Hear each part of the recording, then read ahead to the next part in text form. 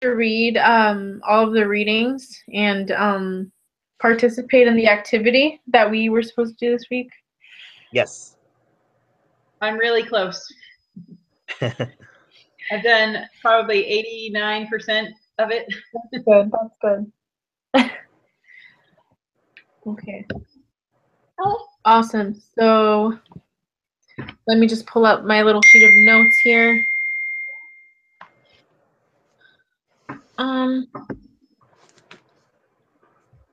Okay, so first of all, we're supposed to discuss on the 3 people we chose to do our gratitude towards. So I guess I'll start. I did it for my mom, my dad, and my grandma. Cool. How did it go? It went really good. It was a little hard to do it for my grandma though, because she lives in California. So I had to do some mailing and a little extra work versus I live with my mom and dad. So they were pretty easy. What about you guys? I sent a written letter, hand delivered it actually, to my wife, to my brother-in-law, and to his wife. So my sister-in-law as well. My brother-in-law and his wife live in the same apartment complex that my wife and I do. So it was very easy to meet up together. So we had family home meeting together on Monday night, where I was able to hand deliver the letter along with this little candy bar as a treat. That's cool. What about you, Amanda? Okay, so my 3 people is my husband and my Relief Society president and this woman in our ward. Her name is Glenda Bushnell. I chose Glenda because she made a comment in Relief Society 2 weeks ago. She talked about when she was in school and how she had already like 4 or 5 kids, and the time that she spent in school was hurting like her family, or not hurting, but she was questioning, is schooling really worth it? And she just told me, commented how in the end, her family pulled together so she could get her degree, and how getting her degree blessed her family in the long run. And so it was really, her comment meant a lot to me, because I've questioned so many times, especially this semester, is it really worth it to finish my degree, because I'm so close to finishing, but with my 1- and 2-year-old, I'm really not spending the time that I should, because I'm doing so much homework and my family's suffering and it's just too hard. And so that helped. So I wrote her a note to say thank you for telling me, from somebody who's been down this path, that the end result, that it's going to be worth it. So I wrote her a note saying that. And then for my Relief Society president, she's done a lot for me, and then some things happened between her and I that have made it really uncomfortable to be around her. But and I don't know, I was reading the things on gratitude, and I just felt like, you need to write her. I've written her several notes. I enjoy writing, and I write people notes all the time and mail them random notes, sometimes anonymous, sometimes not. But I just felt like I've already written her half dozen notes over the last year, and I just felt like, you need to write her again. And so I have a really nice card for her that I made, and just telling her again, my appreciation for her. She was at my house this morning for an hour and a half.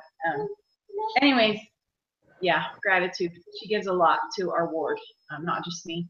And I think she needs to know that she's appreciated. And then the 3rd person is my husband, and I did that because he's just so patient with me and so good to me that I just think he's had to step in a lot when I haven't been able to meet the demands of the household and children, and I'm really grateful to him for that. So him, and I don't think I express enough gratitude to him. I mean, I express it, but I rarely express it in written form. So yeah. Awesome. Sounds great. Thank you for sharing, you guys. So the first question we have to discuss is how did they feel, and what was their reaction towards you after you gave them the card or the treat or whatever?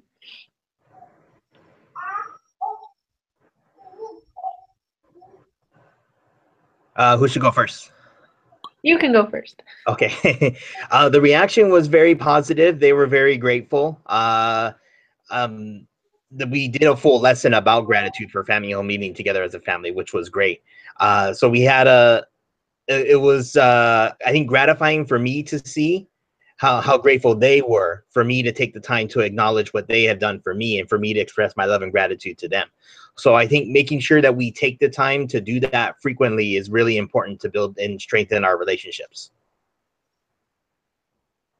Okay, awesome. Thank you. Amanda, do you want I just think that they feel appreciated and valued when they're acknowledged, especially when they're in a thankless position where most of the time nobody really ever thanks you for what you do. Have somebody step out of the way and say, you know what, I really appreciated that. I think it makes a big difference in their life. And it also removes some of the burden. Like my Release Society president has spent hours upon hours with me, and I think that her attitude towards me is still like tender and soft because of all the times that I have expressed gratitude for her. Like if I was just in a take, I'm going to take from you as much as I can. And, if I was demanding it, or if I was taking it and not offering gratitude, entitlement, that's the word I was looking for. If I was just feeling like I was entitled to it no matter what, and not truly expressing genuine gratitude for her time and efforts in my life, then I think that she wouldn't be near as willing to help. But because of humility and gratitude, she helps still,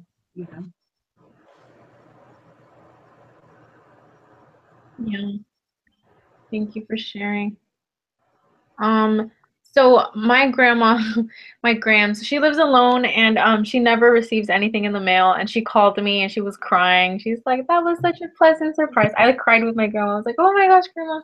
And then she went on saying how like none of her grandchildren like think of her anymore because like no one calls her, no one like writes to her. And that kind of made me feel like I need to be more on it, like I don't know how much longer I'm gonna have my grandma with me. So I need to like call her every day and just show her some love. So I thought that was cute. And then my mom and dad, of course, they were just like, oh, we love you.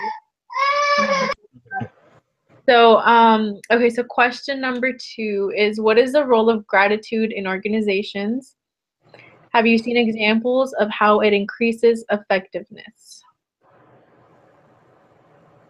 So I don't know if we want to do like short. I don't know if they're referring to like church organizations or like just in general. I don't know what path you want to take with this question. Well, I think regardless of the type of organization, church, family organization, business professional organization, I think gratitude would be applicable in any situation. I think it's applicable because again, it strengthens and builds relationships, and in any type of organization or group, you have to have good relationships with those that are around you. And when you show your gratitude for them, and when they show their gratitude for you, it will strengthen and build the group to achieve its goals and whatever they may be, whether it's professional or personal. That's a really good answer. Thank you, Albert. And adding to what you said, I feel like when people are not, when we're not acknowledged, for like the things we do, sometimes we feel like we're taken for granted, and we stop doing those little things that we usually do. You know what I mean? Mm-hmm.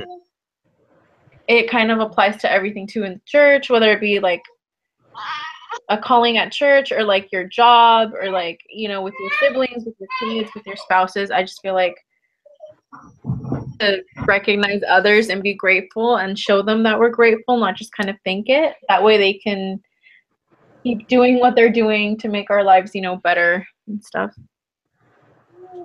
Sounds good. I think you guys covered it. I don't have anything to add. Okay, awesome. Let's see. Third question. What are barriers to expressing gratitude? How are they overcome? So I think, okay, if you look back, there's that book by Gary Chapman on the love languages, And I think that everybody, sorry, this little girl is being an absolute brat. I can't stand her today because nothing I do is making her shut up. So,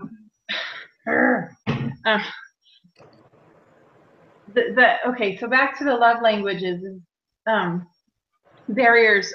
Everybody is going to receive a message differently. Like, I'm a note person. Like, if somebody writes me a note, that means so much to me. But my husband, if I write him a note, that doesn't really mean near as much to him. Like, so I think one barrier is, are we expressing a gratitude in that person's love language? Like,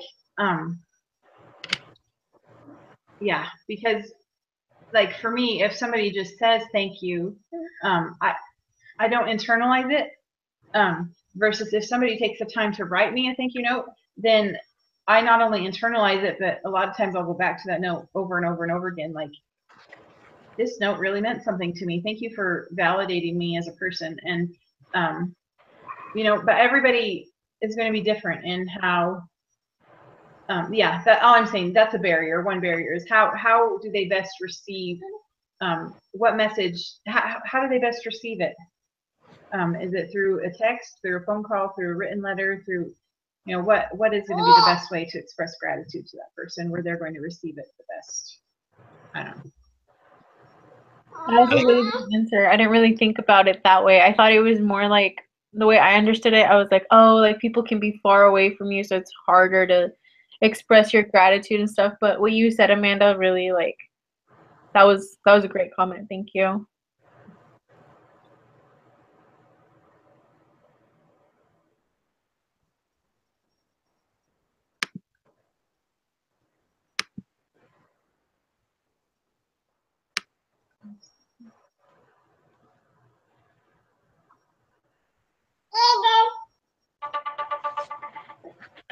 Does anyone have anything else to add to that question? Or Well, I wasn't sure if this was what the assignment was looking for, but when it kind of said barrier, I was thinking in my mind that for those who are close to us and we have good relationships with, I think it's very easy to show gratitude and have gratitude shown towards you. But for those who maybe we don't get along with so easily, I think barriers can be existed in that way, where we kind of need to humble ourselves and accept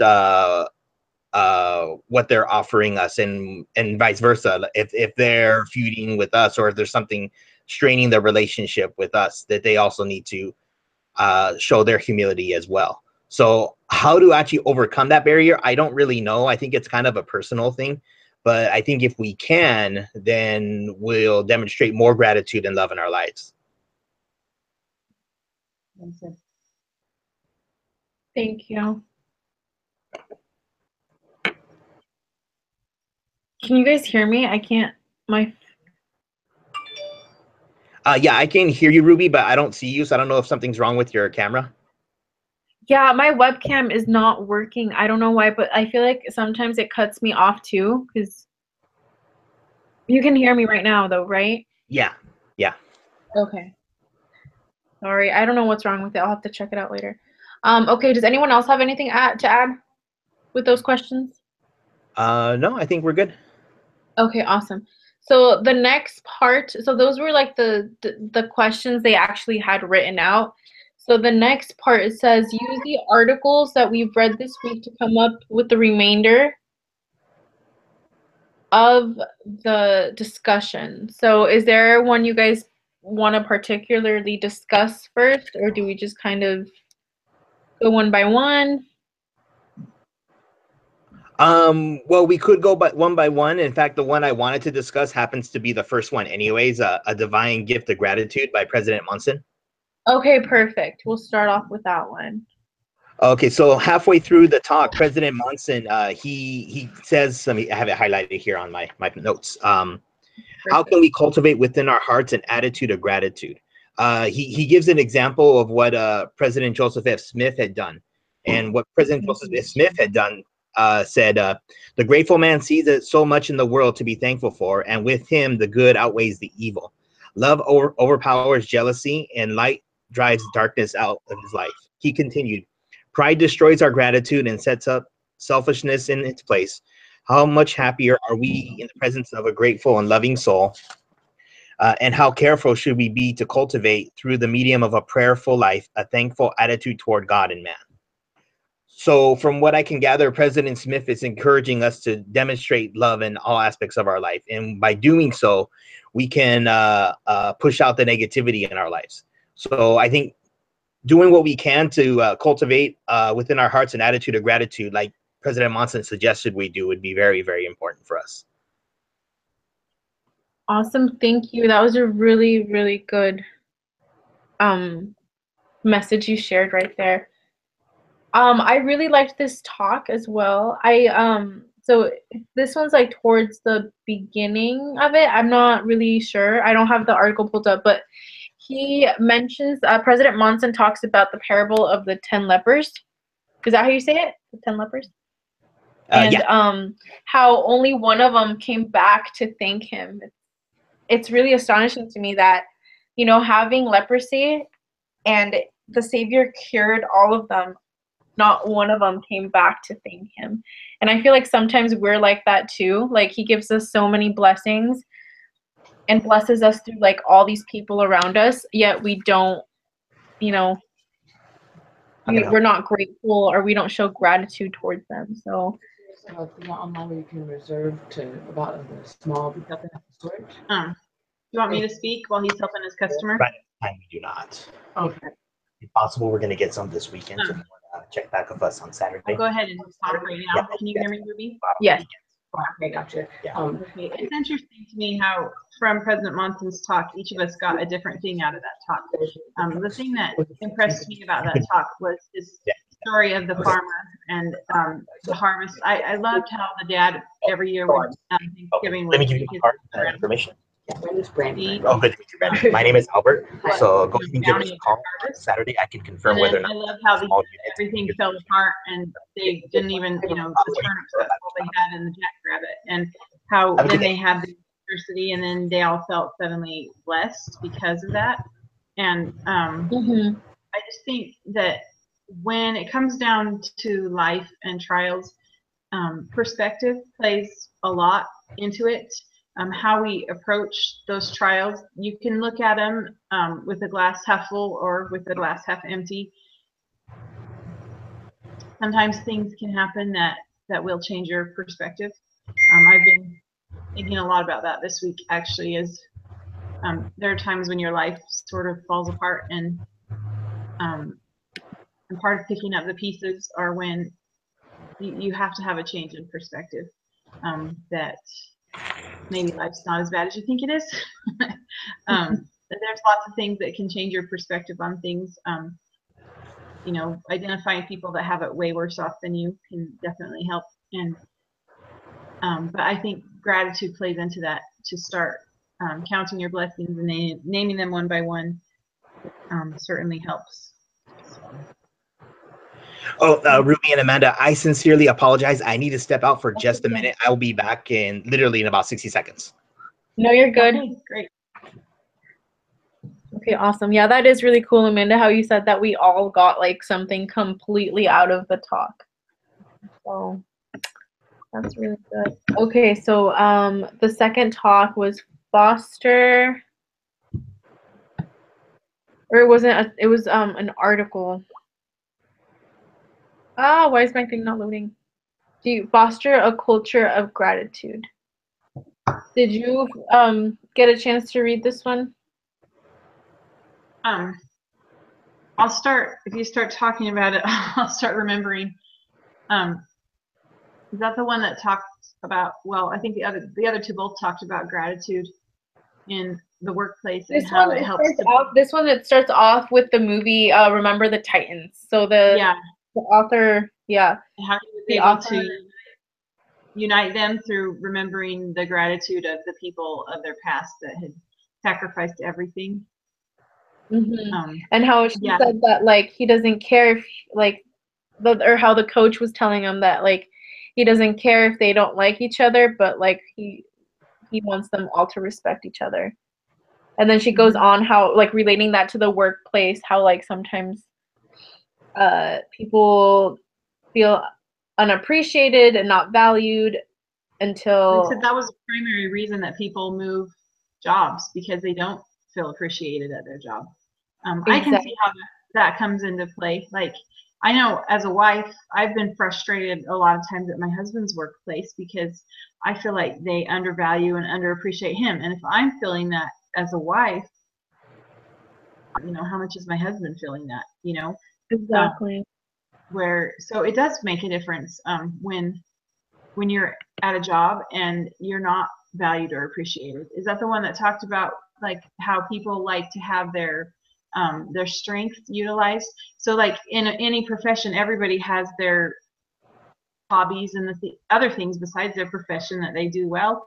And so companies will succeed when they utilize their employees, all of their skills and not just some of their skills, like that are used at the job. So for instance, like at my husband's workplace, they had a team that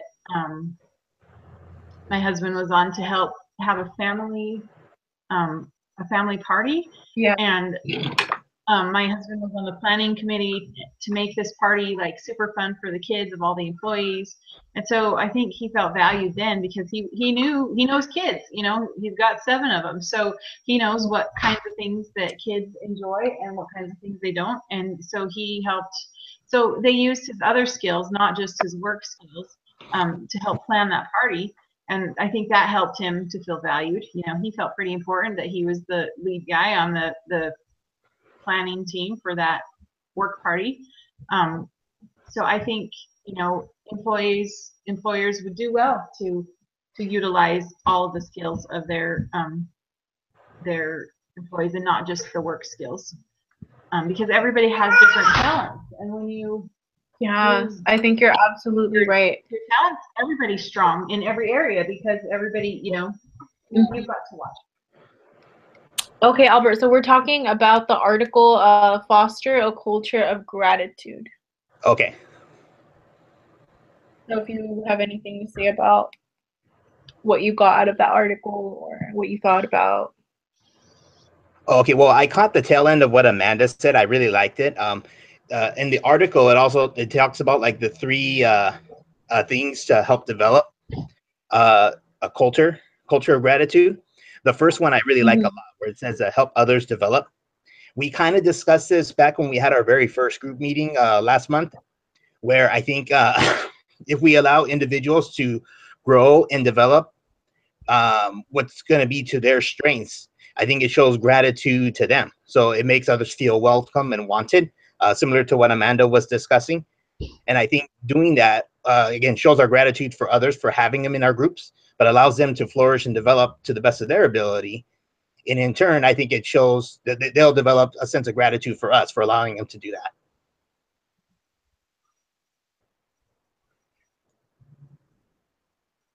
Yeah. It was a really good article. You guys did a pretty good job summarizing it. I don't really have anything to add except I like how she concluded and like she restated like the importance of taking the time to create a culture that values and appreciates diversity and similarity within a team. So like you guys were saying how like Amanda, how you were saying how your husband is good at with kids and stuff, and how when his work put him to do that, like he was really good at it and he felt like he was, you know, contributing and was successful at it. So I think that's, you know, that's important. And whether we're, you know, in a workplace or just like in school or wherever it may be, like I feel like if groups of people took the time to look at that, then I feel like things would run much smoother everywhere. Yeah, absolutely. Do you guys have anything else to add for that article, or should we move to the last one? Okay. So the last one is gratitude at work. I find it funny, like I'm just seeing more and more power in the Church of Jesus Christ of Latter-day Saints, because the world tries to copycat what we already live by in the church. And, you know, we're raised our whole lives in the church to have an attitude of gratitude. And here's a whole article that talks about like what you need to do in order to cultivate gratitude in your life. And I'm like, you know, for me, I feel like overloaded because there's so many like how-to and self-help articles. And like, and then if you actually try to implement them, like you can spend months trying to implement one thing and, you know, to make it a habit in your life. But if you live the gospel of Jesus Christ, already you're living a life, like an attitude of gratitude in your life. So it's just struck me like more and more how much, because I have the gospel in my life, how much of a difference that already like puts me ahead of the crowd, because I've been living these principles to the best of my ability my whole life. Like, so that, do you get what I'm getting at? It's just showing me just how much the gospel of Jesus Christ makes a difference, because we have been preached gratitude in all that we do, like our whole lives. So, you know, the world is trying to incorporate that in an article, to write in an article, a self-help article on how to be more grateful. But if you're living the gospel of Jesus Christ, you're already going to have that. You're not going to need that article. Does that make sense? No, Yes. absolutely. Yes.